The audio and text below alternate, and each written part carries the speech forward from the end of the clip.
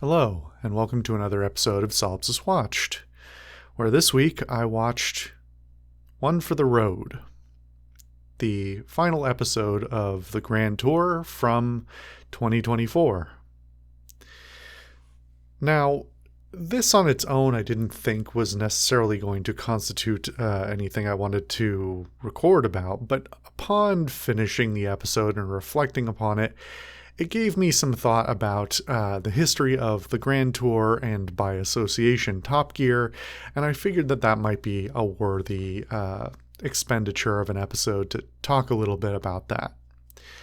For those of you who are not at all familiar with these people or these shows, the Grand Tour is a show that was, I guess is still technically, on Amazon for the last, I want to say like 6 years, or it's got like 6 seasons. I think it's more than 6 years, with 3 presenters, being Jeremy Clarkson, James May, and Richard Hammond.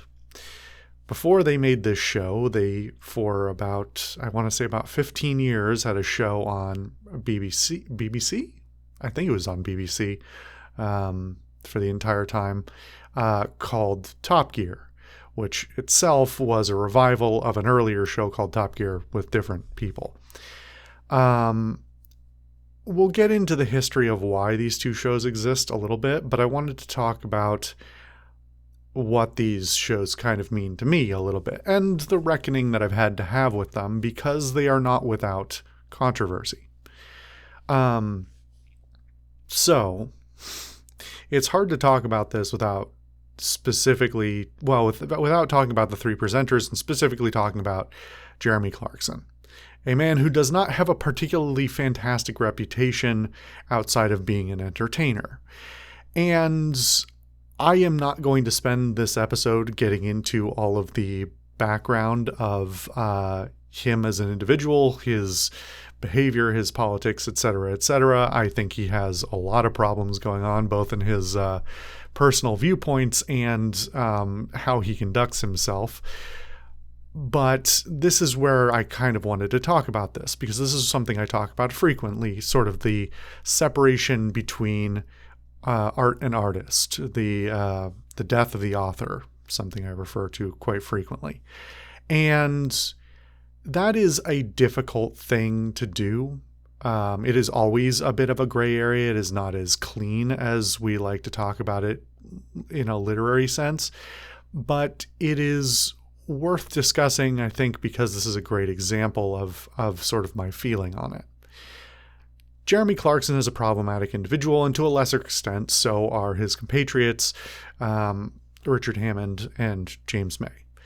They are all middle to late age white dudes from Britain. They, as far as I can recall, are all grew up fairly well-to-do, fairly wealthy, and have stayed that way by being in the public eye. And while that is not an excuse for anything they have done in past or future, or any of the viewpoints they have, I think that always informs how you understand somebody's relationship to the world and the things they talk about and the things they say and the blind spots that they will always have. Because everybody has blind spots, everybody has misunderstandings. And this is especially hard to digest because it is something that I have had to process over the years from a fairly young age. I started watching Top Gear when I was I might have been less than 10 when I saw my first Top Gear. But I watched it for a very long time. It wasn't always the easiest thing to watch because it was, an imported show, but something I always really enjoyed.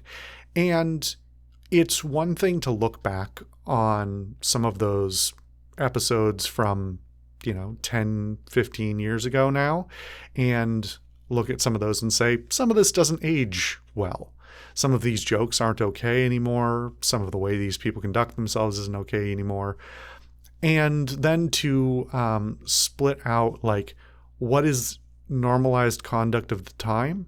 What is a a product of the individuals who are present or the type of media production that was going on, and what's just, unacceptable no matter what, and I was blind to because I was a kid. And while I don't think this is a greatly problematic, I don't think either of these programs are greatly problematic, nor do I think in the grand scheme of things that any of the three presenters are particularly hugely problematic. Jeremy more so than the others, but in the grand scheme of things, kind of just an annoyance, mostly an ignorant annoyance. It is something worth always thinking about when you are talking about media and talking about the things that you like, and remembering them perhaps with rose-tinted glasses. Now, the reason why Top Gear stopped being with those three presenters is because I don't know all the details. You can look it up yourself. Allegedly, there was a physical altercation between Jeremy and a producer, I believe. And that led to him being fired from the BBC. And then the other two presenters went with him because they basically were like, well, the show's not the same if it's not all three of us. I don't know what came of it legally. And as I'm aware, that is not the first time that Jeremy has had a problem on the show before. It's just probably one of the worst ones. And so they were, shoved off. But they they were still extremely popular on British TV and in international TV in general. And so it wasn't that long after that they got an offer from Amazon to make basically a knockoff show for them instead.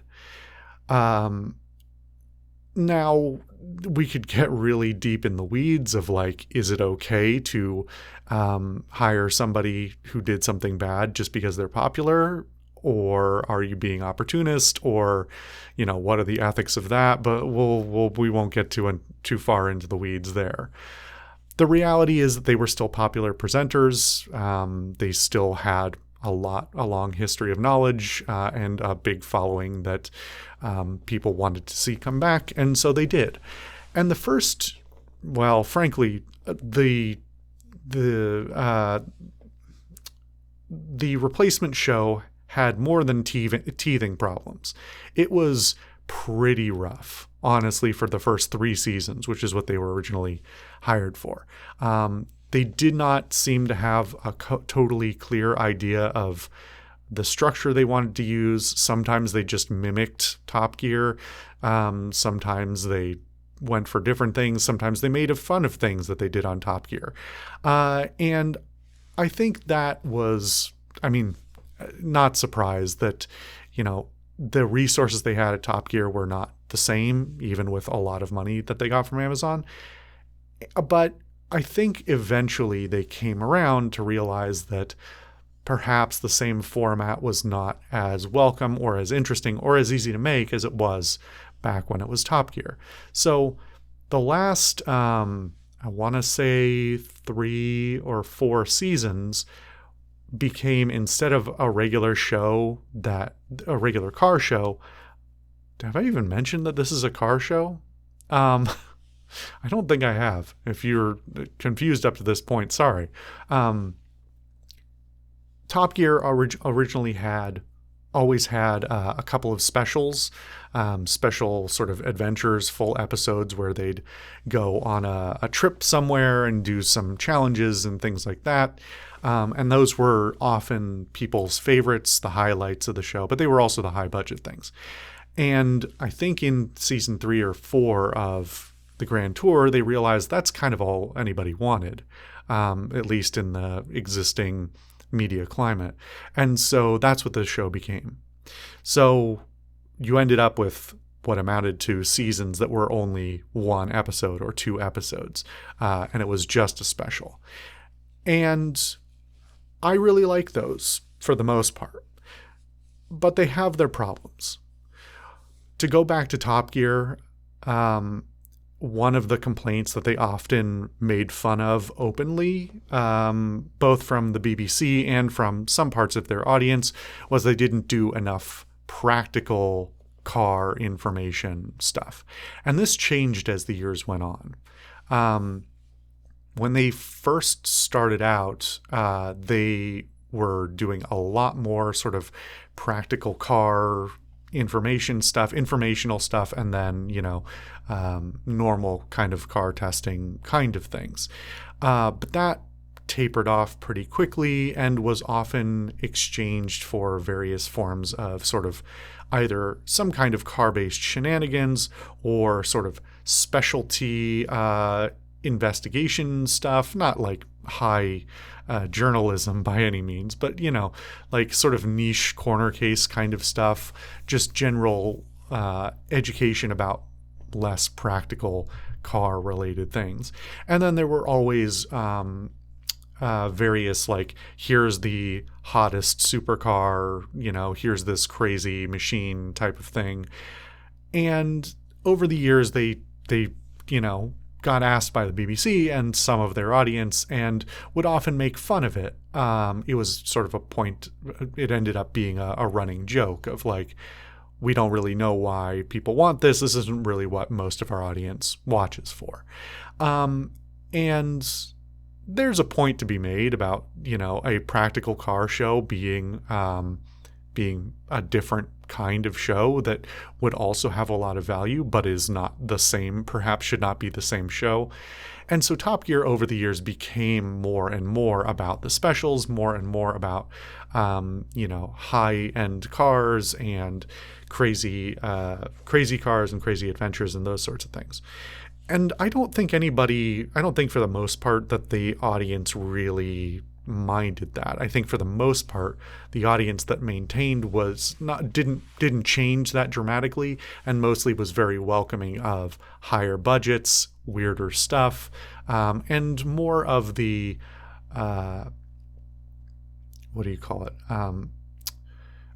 personality-based entertainment, I would say. Because part of the whole thing for all those years on both shows was really the three of them and the relationship that they had with each other.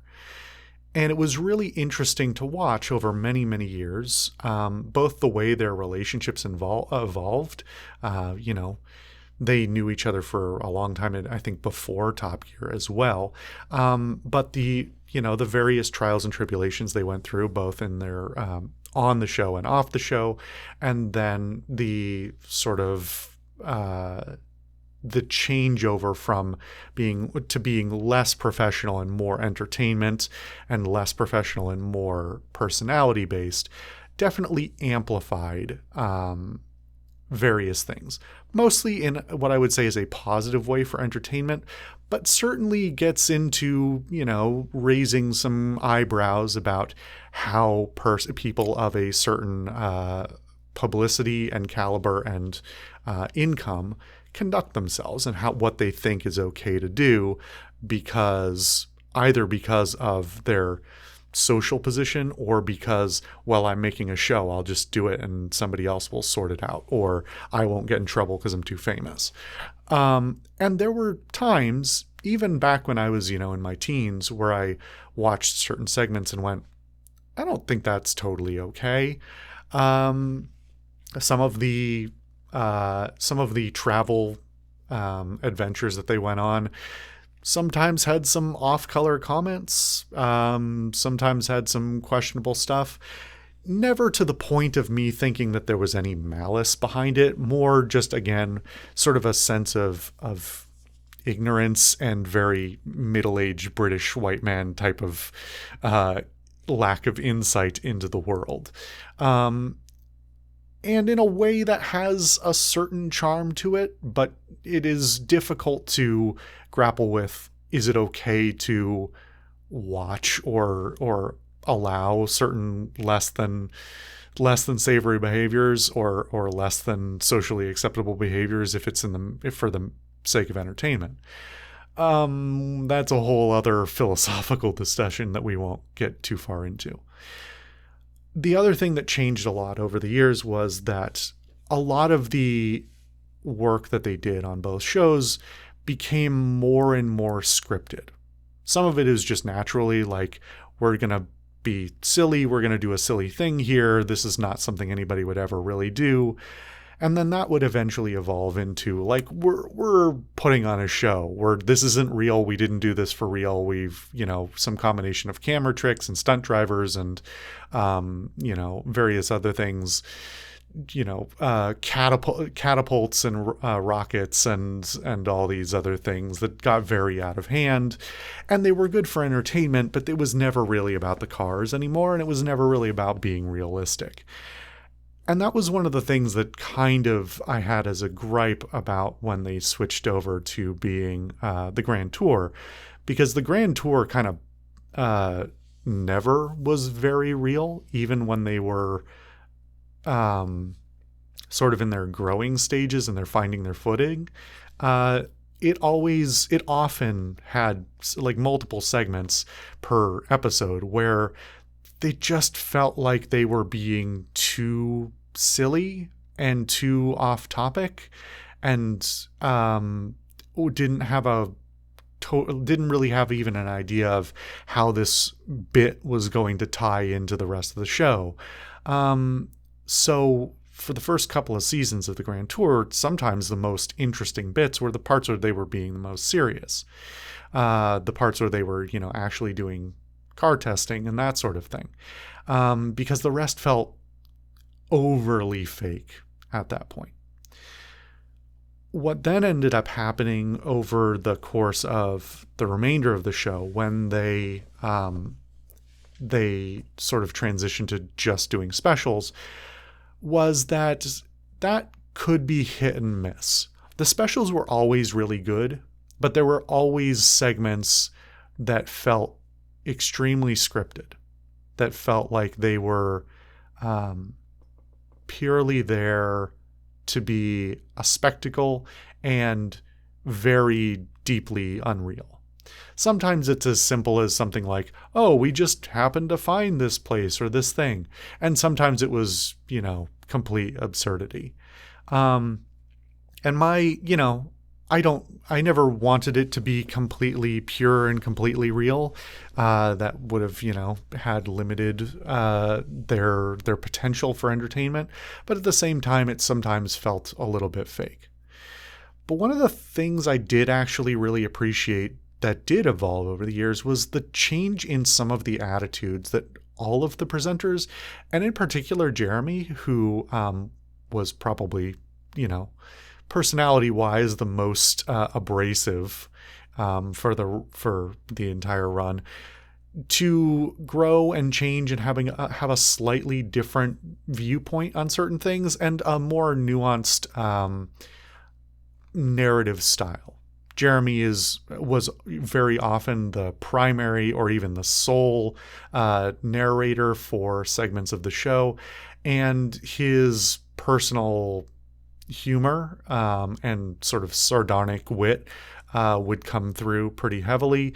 And sometimes it was not always welcome when we needed a bit more. It would have been warranted to have a little bit more earnestness or a little bit more of a serious tone.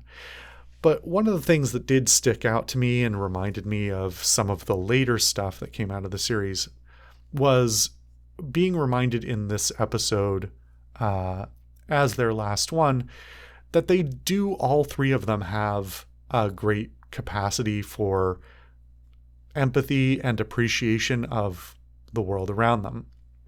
Oftentimes in some of the earlier Top Gear specials, it would sort of feel like they were being dickish tourists when they were visiting various places.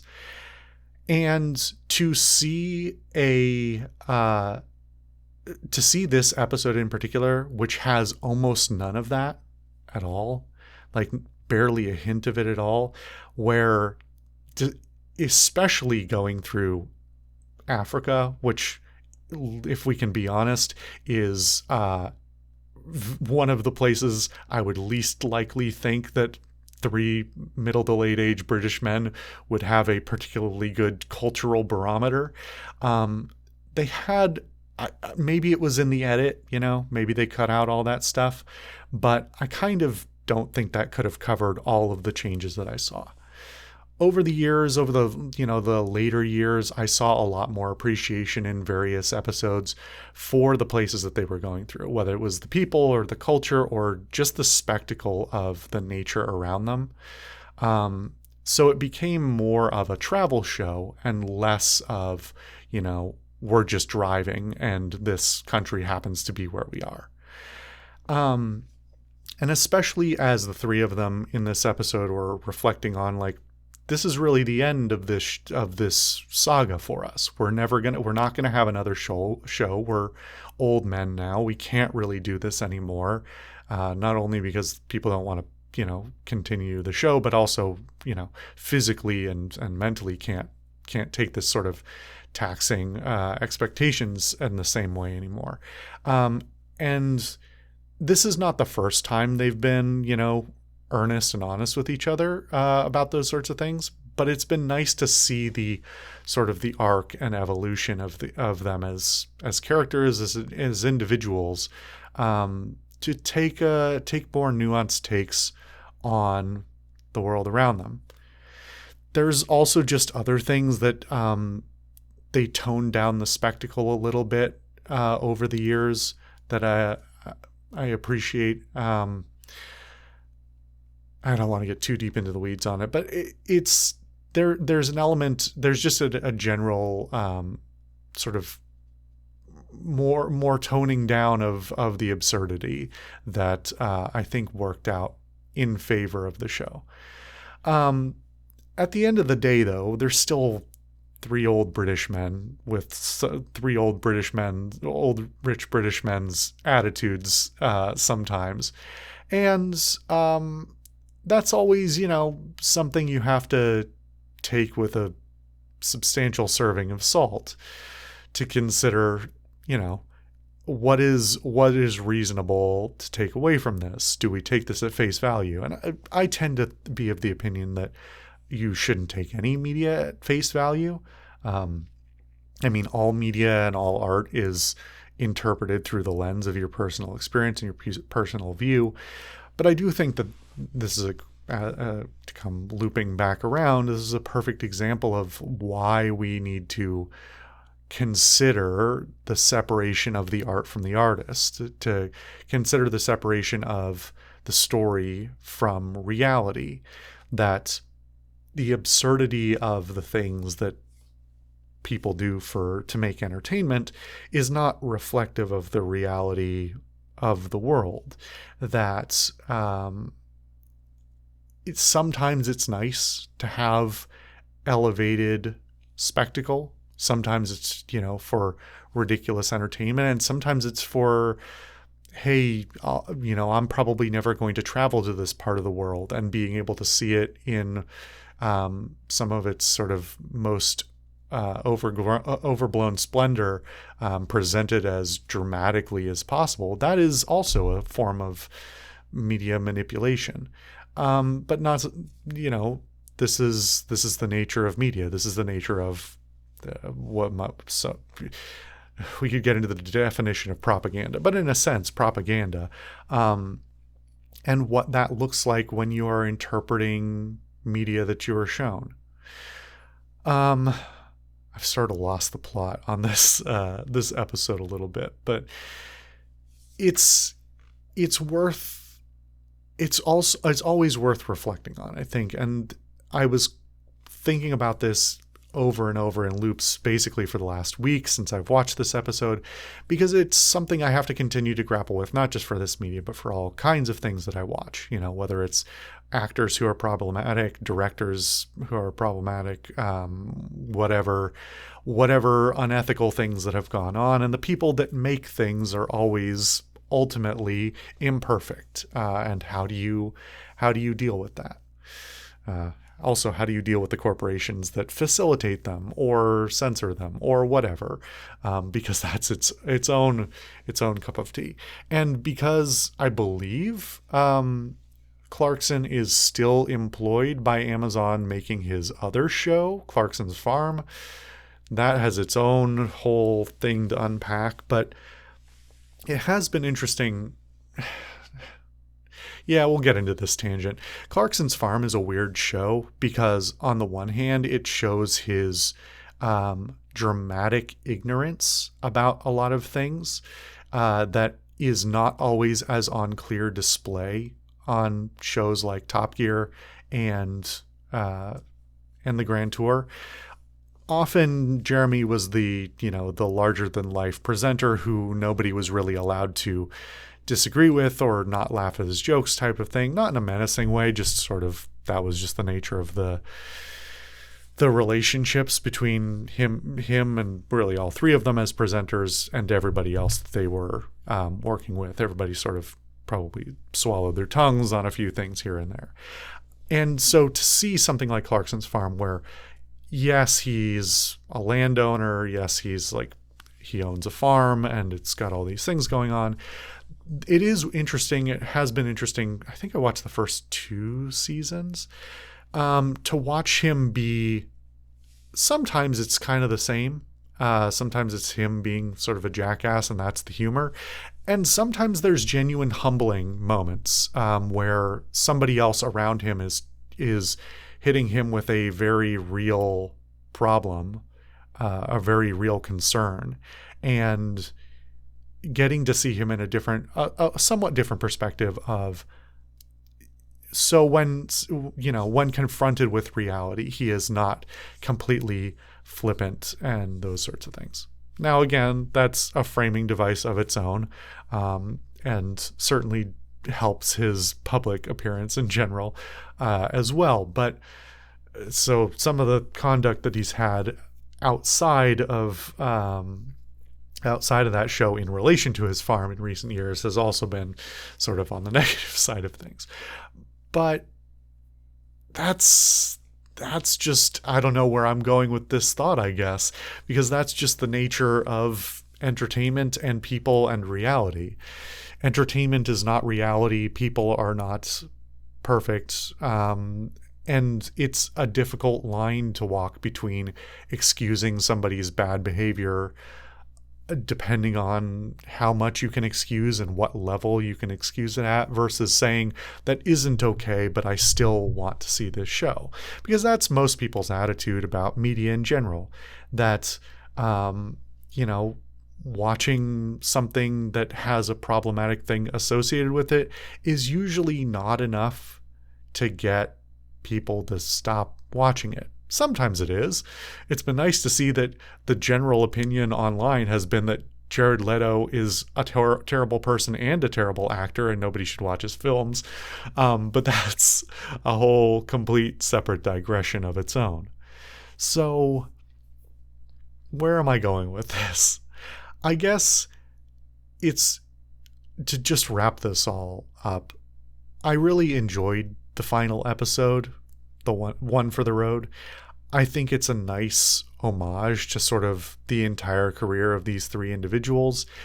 It's nice to be reminded as well that the crew are present on all of these things, and for the most part, the crew that have been with them on these various things seem to like them pretty well, the presenters, and work as a decent team. And that it's always good to go back and grapple with the things that you liked once upon a time, to not look at them with purely rose-tinted glasses, and to reckon with what was a problem then and what is a problem because of age now, and how you relate to the people and entities that create the media that you consume.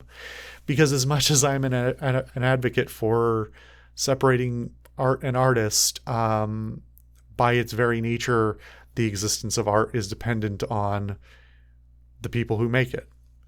And I think it's a worthy reflection that everybody should have, no matter what the thing is that they love. So I don't want to say it's fun, but I think it's a decent send-off to say goodbye to sort of the end of these three presenters that in a way were not insubstantial part of my childhood, and to reflect on them appropriately, not with rose-tinted glasses. I'm glad to have done it. I sort of stalled out on watching the last episode because I kind of didn't want it to come to an end, but I'm okay with it now. Remember to think about your media and not mindlessly watch if you can. I guess that's my closing argument. Anyway, thank you for watching another episode of Solipsist Watched and/or Solipsist Rambles. I guess this is sort of a 50-50 on that one. I'll see you guys next time.